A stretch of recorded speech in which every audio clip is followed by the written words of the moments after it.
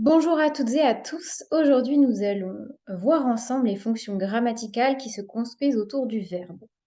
Nous allons commencer par les fonctions les plus connues, c'est-à-dire les compléments d'objet. Ces compléments d'objet ils se construisent après des verbes transitifs. Un verbe transitif est un verbe qui se construit avec un complément d'objet. Certains verbes ne se construisent pas avec un complément d'objet. Par exemple, je pleure. On met rien après. Donc, il n'y a pas de COD ou de COI. Donc, ces compléments d'objet, ils se construisent après des verbes transitifs, soit de manière directe, ça sera alors un COD, un complément d'objet direct, soit de manière indirecte, et ce sont alors des COI, des compléments d'objet indirects. Pour trouver le COD, il faut poser la question qui ou quoi après un verbe d'action. Nous allons voir que après un verbe d'état, ce n'est pas un COD, mais un attribut du sujet. Donc là, par exemple, tu m'as consolé. A consoler, bien un verbe d'action. Tu as consolé qui? Moi. Donc N apostrophe est un COD. Pour trouver le COI, il faut poser les questions soit de qui, de quoi, ou à qui, à quoi après le verbe. Par exemple, le cadeau plaît à qui? À moi. Me et donc COI. Attention, il y a certains verbes qui se construisent avec un COD et un COI. Et le COI est alors appelé COS, complément d'objet second.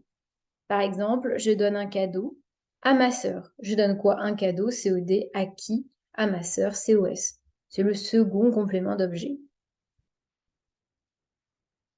Nous allons voir maintenant l'attribut du sujet. L'attribut du sujet, il exprime une qualité ou une caractéristique du sujet. Il se construit absolument toujours avec un verbe d'état. Par exemple, être, devenir, paraître, sembler, avoir l'air, etc. Normalement, vous les avez déjà vus. Par exemple, elle est intelligente, et là, intelligente est attribut du sujet. Attention, après un verbe d'état, il n'y a jamais de COD, mais un attribut du sujet. Il faut surtout éviter une erreur qui revient très souvent chez les élèves, c'est de se dire, elle est quoi? Intelligente. Ça répond à la question quoi, c'est donc un COD. C'est pour ça que quand on vous demande, par exemple au brevet, une question vous demandant quelle est la fonction de quelque chose qui se situe après un verbe, d'abord, il faut vous poser la question, est-ce que c'est un verbe d'état ou un verbe d'action? Le verbe d'action va admettre ensuite un COD, le verbe d'état admet ensuite un attribut du sujet. Donc ça, c'est à bien retenir pour éviter de faire l'erreur. Donc là, nous avons vu des compléments qui étaient essentiels, des compléments que l'on pouvait que très rarement supprimer dans la phrase. Les compléments circonstanciels, eux, peuvent être supprimés et souvent déplacés. Ils ont différents sens possibles et voici un tableau qui récapitule toutes les circonstances qu'exprime un complément circonstanciel. Ça peut être le temps, souvent qui répond à la question quand, le lieu qui répond à la question où, elle prend des cours où, au gymnase du quartier.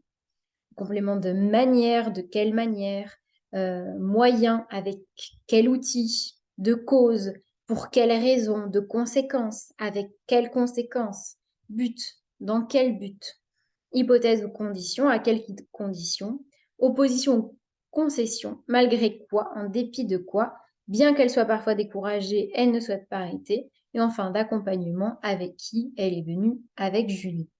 Donc tous ces compléments, ils sont circonstanciels, on n'en a pas forcément besoin. Par exemple, je prends complément circonstanciel de temps. Elle pratique la boxe thaïlandaise depuis son plus jeune âge. On peut très bien dire elle pratique la boxe thaïlandaise et on peut le déplacer. On peut dire depuis son plus jeune âge, elle pratique la boxe thaïlandaise. Voilà en ce qui concerne les compléments circonstanciels. En conclusion, donc, il faut retenir dans ces fonctions autour du verbe les compléments d'objet. Le COD, toujours après un verbe d'action, le COI, l'attribut du sujet, toujours après un verbe d'état, et enfin les compléments circonstanciels que l'on peut supprimer, parfois déplacer, et qui tout simplement va exprimer les circonstances dans lesquelles se passe l'action. J'espère que cela est un peu plus clair pour vous. Je vous souhaite une excellente journée ou une excellente soirée. À bientôt!